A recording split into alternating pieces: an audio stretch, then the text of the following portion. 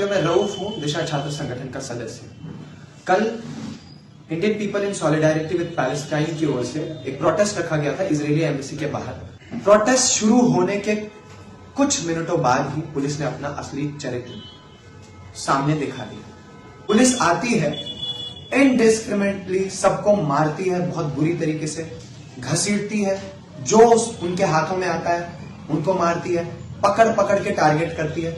मुझे उन्होंने टारगेट किया, बिल्कुल एक पुलिस वाला अलग से मुझे टारगेट करके खींचने की कोशिश कर रहा था। उसने मुझे बहुत जोर से खींचा, मेरी स्टिक मेरे हाथ से छूट गई और मुझे कुछ समझ नहीं आ रहा था कि इसके बाद मैं क्या करूं, क्योंकि मेरी स्टिक ही है जिसको मैं चलने के लिए और मोबिलिटी के लिए इस्तेमाल करता हूं।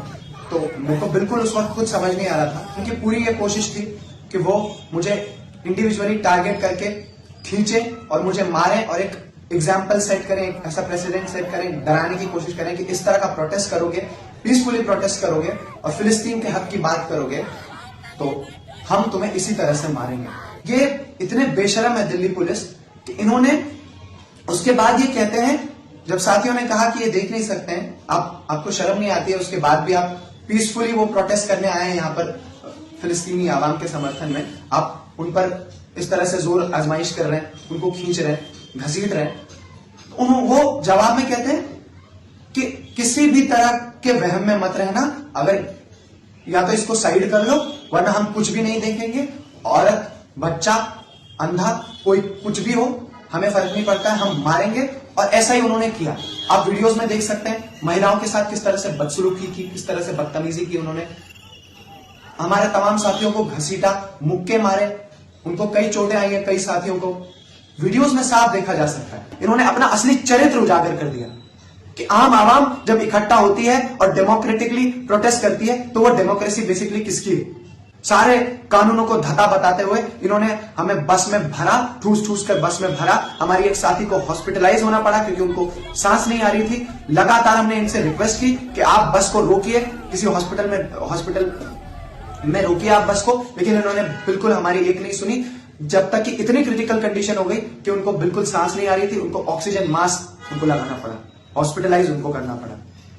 और हमें बस में भर के ये ले गए, बहुत देर तक घुमाते रहे। उसके बाद ये हमें ले जाते हैं मंदिर मार्ग थाना और कुछ साथियों को तुगलक मार्ग थाना।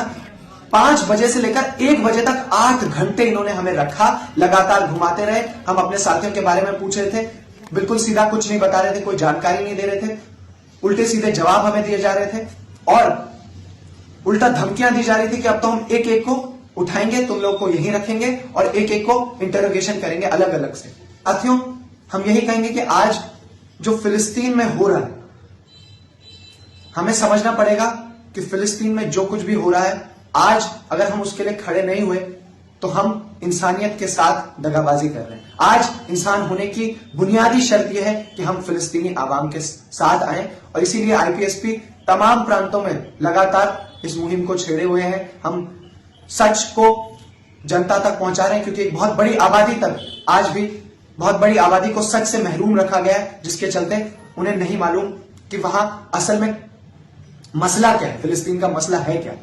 लेकिन हम जानते हैं कि इंसाफ पसंद जनता भारत में हमेशा फिलिस्तीन के पक्ष में खड़ी होती रही है और आज भी तमाम इंसाफ पसंद लोग फिलिस्तीनी आवाम और उनके मुक्ति संघर्ष के समर्थन में। हमारा संघर्ष जारी रहेगा। हम इनके दमनकारी और इनकी जो कायरतापूर्ण रवैया है, इनकी जो हैवानियत है, उससे बिल्कुल डरने वाले नहीं है। हम रुकेंगे नहीं। हम तमाम साथियों से अपील करते हैं कि हमारी आईपीएसपी की इस मुहिम में शामिल हो, फिलिस्तीनी आवाम के साथ आए।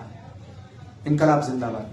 Ain't got no sword, ain't got no army, ain't got no land, ain't got nothing but the stone that's in my hand, stone in my hand, stone in my hand, ain't got